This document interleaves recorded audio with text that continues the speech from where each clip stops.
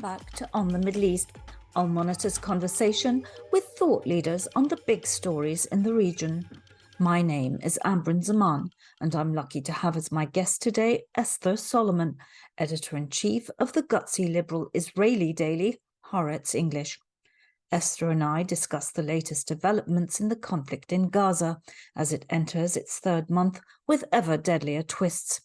Most notable among them is the assassination, likely by Israel, of Hamas's number 2 man Saleh al-Aruri in Lebanon, where he was offered haven by the powerful Iran-backed Shia militia Hezbollah. Just as our conversation unfolded, an attack on the tomb of the late IRGC Al-Quds force commander Qasem Soleimani in the southeastern Iranian city of Kerman left over at least 103 people dead, adding to the spiral of violence which is threatening to engulf the region.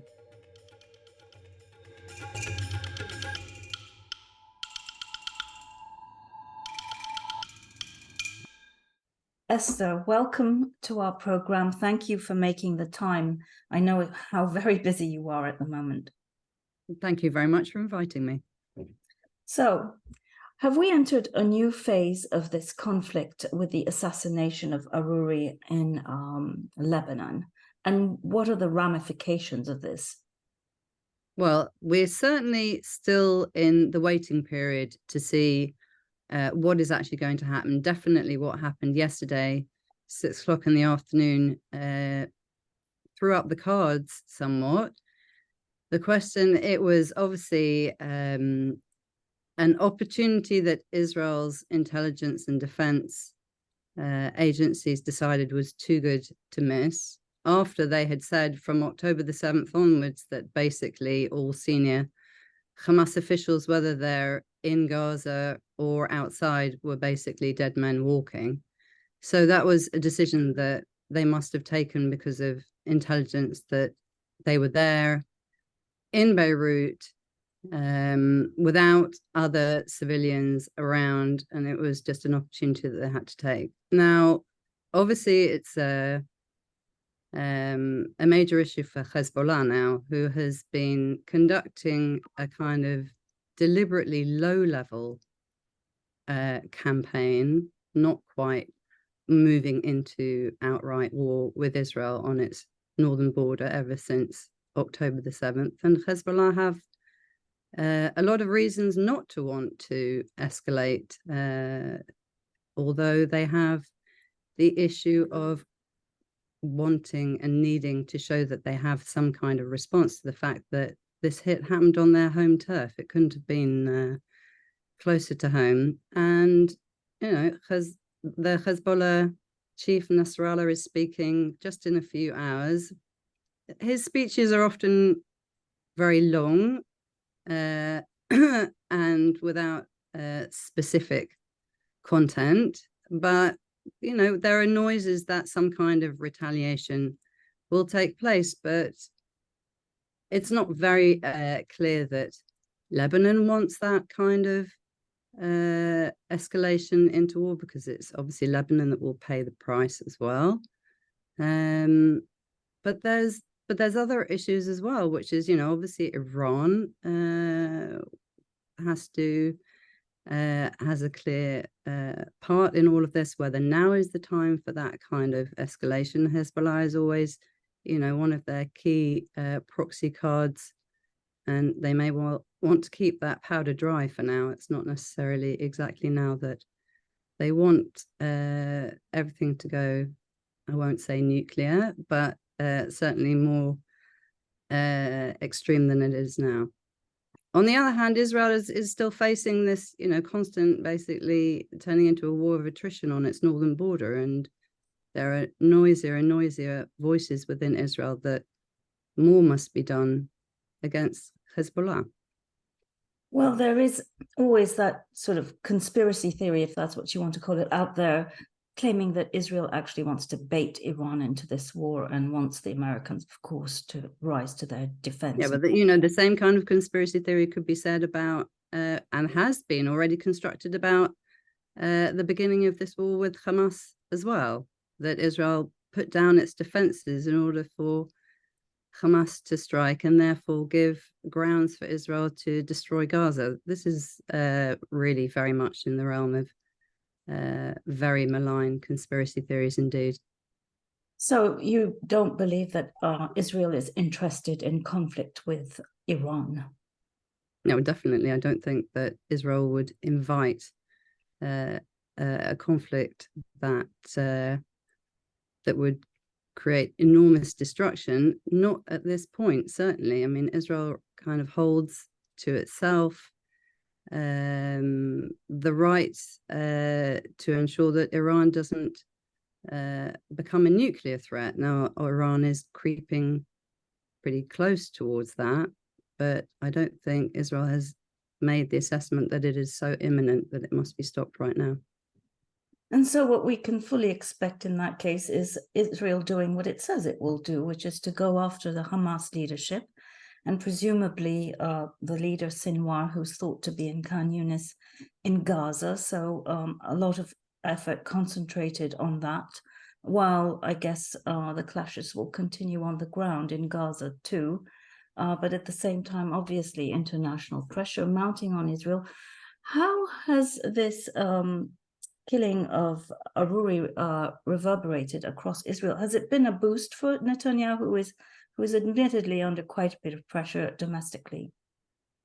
Well, a boost for Netanyahu. I'm sure that Israel traditionally does not take direct responsibility for foreign assassinations of this kind, so he can't exactly use it in an election, in a re-election advert. But his popularity ratings are so low that pretty much any democratically elected leader seeing them would, want to run away somewhere or hide their head in the sand. But, they are so low that, an achievement, let's say, of this kind is not going to make any difference for that. And I think it also raises the fundamental distinction that there is at the moment, that generally there is significant national consensus in terms of the war on Hamas, but there is absolutely, approaching single-digit figures confidence in the Prime Minister. So just for our audience to understand, on the one hand, of course, there is this anger that his government, failed to foresee this attack and to take necessary measures to prevent it. But on the other hand, is it fair to say that no matter who would have been leading Israel at this time, had such an attack occurred, the response would have been pretty much the same, that this is really existential for Israel? And that's a sort of broadly held consensus in Israeli politics, society? Yes, I think that apart from parties more on the hard left and some of the Arab Jewish parties, there is definitely consensus that the attack on October the 7th would require, a massive response that would in some ways try and re-establish deterrence and to ensure that there is no going back to the status quo, because the status quo basically means the capacity of Hamas to do another October the 7th. So yes, I think that there isn't a huge spectrum of debate, but there is growing debate about the extent of the damage and loss of lives in Gaza. And there is a very, very strong public campaign by the families of the hostages that are still being held in by Hamas in Gaza, saying that the bombardments endanger those hostages, the lack of a ceasefire endangers those hostages, and extraterritorial maneuvers and assassinations by Israel certainly doesn't help their family members come home either. Not to forget that al-Aruri was, quite a key figure in some of these in the latest round of ceasefire negotiations. Of course, the sort of irony is that he was also, as you said, a key figure in those negotiations. So does him dying sort of put them in peril? I mean, where do we go from here? What do you foresee? What awaits Israel? Well, that's quite a frightening question. I don't really put myself out as a prophet, but at the moment, since his assassination, the ceasefire talks are formally on hold. Now, bearing in mind, there's the public narrative and there's what's actually happening behind the scenes. I couldn't actually say if that actually means that there really isn't dialogue going on, because there's dialogue going on in so many different geographical locations and on different levels. We know, in Egypt, in Qatar, in various European cities as well. I find it hard to believe that there is a complete freeze on anything. On the other hand, we still don't know what the Hamas response, Islamic Jihad, Hezbollah responses will be. But there does certainly, the reason that Hamas was in any way interested in a ceasefire still holds, that they want some kind of time out to assess their losses and stop the active warfare for a bit. Another paradox of this conflict is the fact that none of the countries with which Israel, established diplomatic relations, I mean, UAE, Bahrain, etc., have really had any beef in this, any role, whereas Qatar, who's been holding out, has had an outsized role. What does this say about the future of these efforts to normalize with, neighbors? And what's the takeaway? Have these Abraham Accords been good for Israel, or maybe the opposite, that they maybe help spur or accelerate this attack? Well, I'm not sure if they help spur it, but really, listen, a clear part of the reasoning behind the Abraham Accords, especially for Netanyahu, but also on the part of the Gulf countries in question, was a way of bypassing or sidelining the Palestinian question. And, all sides, without some with nicer words, or, we do care, or we'll deal with that.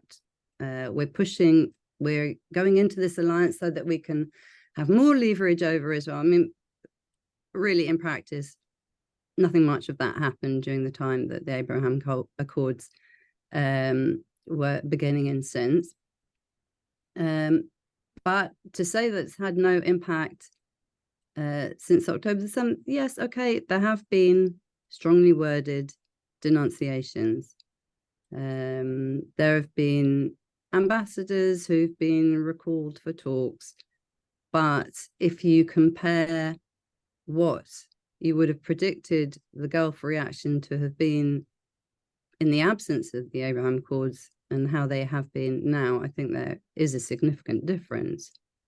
There's still talk that Saudi Arabia might still be interested in coming to some kind of agreement with Israel, which seems difficult to imagine now. But, the reasons that these countries went into the Abraham Accords were extremely cold and pragmatic. And it's all to do with, post-oil economies. It's to do with Iran. It's to do with, a whole spectrum of things, not only and not really including the Palestinians. Yes, what has happened now? The Israel-Hamas war has made the Palestinian issue erupt onto world headlines, and saying this issue has been sidelined for too long, and it doesn't just go away because you're not talking about it. But on the other hand, those cold pragmatic reasons for the Abraham Accords still exist, and I think that in a strange way this war has shown that they have some stamina. That's probably true, but still there's so many moving parts to this, where you have Saudi Arabia trying to make peace in Yemen, and that being jeopardized by what's going on with the Houthis attacking these ships, commercial vessels in the Red Sea. On the other hand, the Saudis have knocked down some of their missiles and that have been launched. So going towards Israel even. So that's also quite interesting and speaks to what you said about the durability and the potential for the Abraham Accords to sort of be consolidated right. and expand. Although the kind of trans-regional defense understandings, if not agreements, have existed and do exist independently of actually official normalization. Turning back again to Israel and your newspaper, it's come under a lot of criticism for its stance on covering this war, and has traditionally, in fact, certainly from very right-wing circles, and with the communications minister accusing you of sabotaging Israel in wartime. Are you under a lot of pressure, and how does it manifest itself? Well, on the one hand, Haaretz is used to being a bit of a lone voice, if not a lonely voice, because from a much more diverse media landscape, we're pretty much the only newspaper that proudly pins the word liberal democracy and two-state solution and anti-occupation to its mast. So, there used to be more space for that, and now we inhabit most of that space. On the other hand, we also recognize that the government is interested in inciting against both those values and against us in particular. So yes, that was very unpleasant when the minister in charge of communications made threats against us, but we haven't felt any tangible threats in terms of our freedom to operate.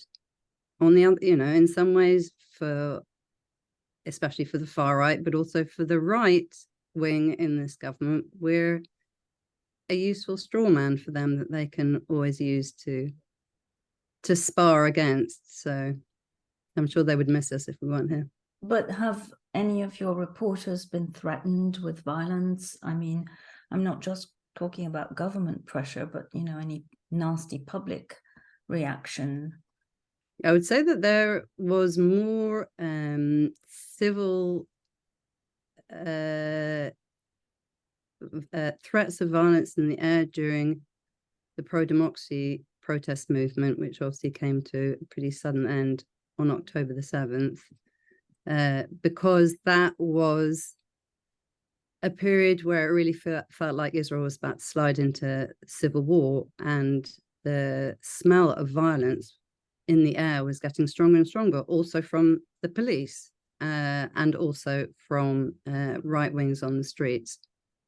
Now I don't see immediately at this point that's a major threat. Finally, I mean, after October 7th and that Hamas hit, do you still believe in it? Do you still believe it's realistic? I would ask you personally, how are you sort of coming to terms with everything you believed in the aftermath of all these awful things that have happened and continue to happen? It's that's a very hard question. And I'm not sure that anyone who can give a very complete and eloquent answer to it has really thought it through, I have to say. I think that on the one hand, there is no doubt that people who put enormous faith in building peace from the grassroots upwards have suffered a huge blow, because it was many of those people themselves who were targeted by Hamas in the kibbutzim on Israel's border. And not just because of that, in a more, meta way, the idea that there is going to be any kind of broad public support for compromise seems very far away. On the other hand, we know from history sometimes enormous shocks can lead to a realignment of political and social forces. So if I didn't have some kind of optimism, it would be very hard to start each day afresh. And listen, quite practically, Israel has this extraordinarily intense military campaign in Gaza. But right from the start, the question that was not sufficiently answered, but the United States and others are demanding an answer to more and more, is what's going to happen afterwards. And that what happens afterwards necessarily involves some kind of rethinking of political solution. I would hope that could be some kind of spur towards much more serious discussions about a two-state solution, but it's going to require very sensitive and clever packaging for the majority of Israelis who are somewhere in the center, and it will obviously be confronted with very, very noisy opposition from the right and the far right, many of whom sit in this current government. But it's fair to say that the status quo October 7th ante was just not a sustainable one. We were saying that for a lot of time, that there is no such thing as a status quo. Things don't just, there is no such thing as everyone just living in some kind of frozen animation. Things were, there was a deterioration of living conditions, of all kinds of issues on the West Bank. Also, there was a deterioration in terms of Palestinian rights and lives.